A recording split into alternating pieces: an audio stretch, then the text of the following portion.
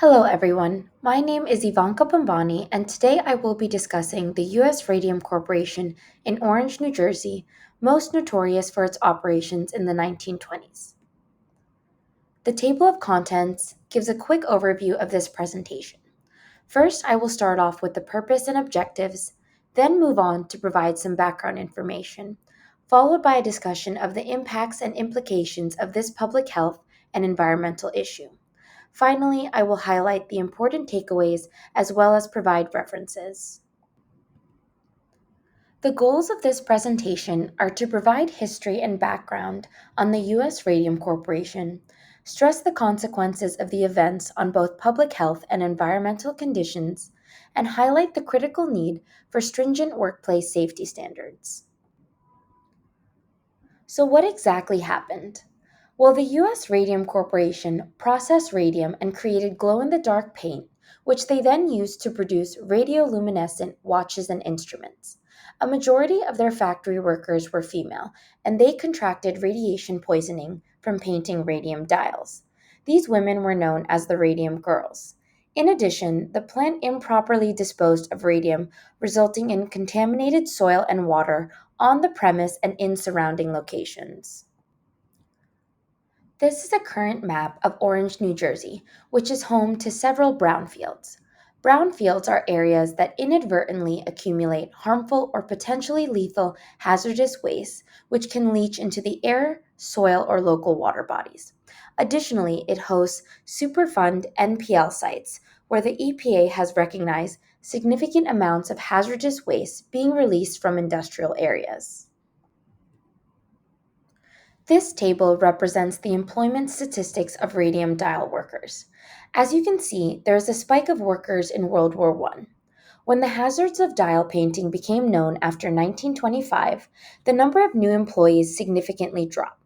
At the same time, the practice of lip pointing ceased. There is another spike during World War II as this increased the demand for aircraft dials.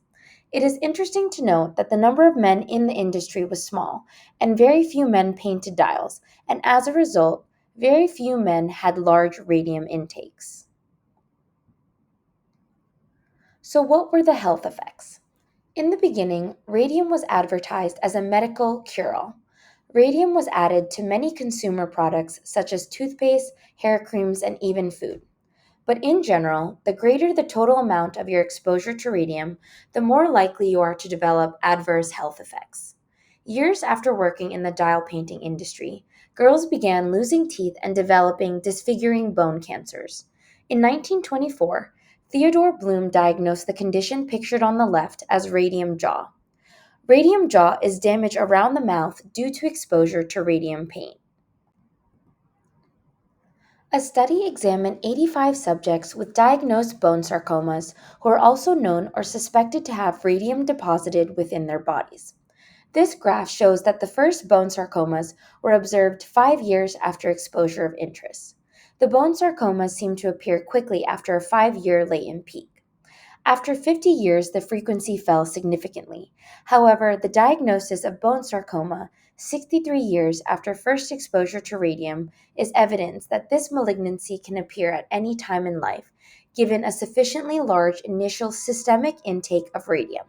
The marked drop off in the number of bone sarcomas appearing 50 or more years after first exposure could well reflect the fact that few subjects with high intakes were still alive that long after the exposure. A 1978 study was conducted looking at the prevalence of radium induced malignancies of 634 women. This pie chart represents the distribution of those malignancies. Overall, the highest percentage was osteosarcomas at 45%, followed by head carcinomas at 30%, breast cancer at 12%, and leukemias at 7%. There is also a percentage of people who develop both osteosarcomas and head carcinomas, as well as different kinds of malignancies not studied, and they are included in the other category. So, what were the effects on the environment? Radium contamination can spread into the soil and water and pose long term environmental risks by accumulating in plants and animals, increasing radiological exposure throughout the ecosystem. Beginning in 1983, the EPA began active efforts into implementing cleanup strategies targeting soil, structures, and groundwater. Cleaning up site soil was divided into 8 phases and spanned over a 20-year period. In looking at the line graph, Phase 1 begins intensely with over 70 properties, followed by a sharp decline during Phase 2 and 3, reducing the number of properties remediated to about 40. Phase 4 and onward shows fluctuations in the number of sites, but never returns to peak levels of Phase 1.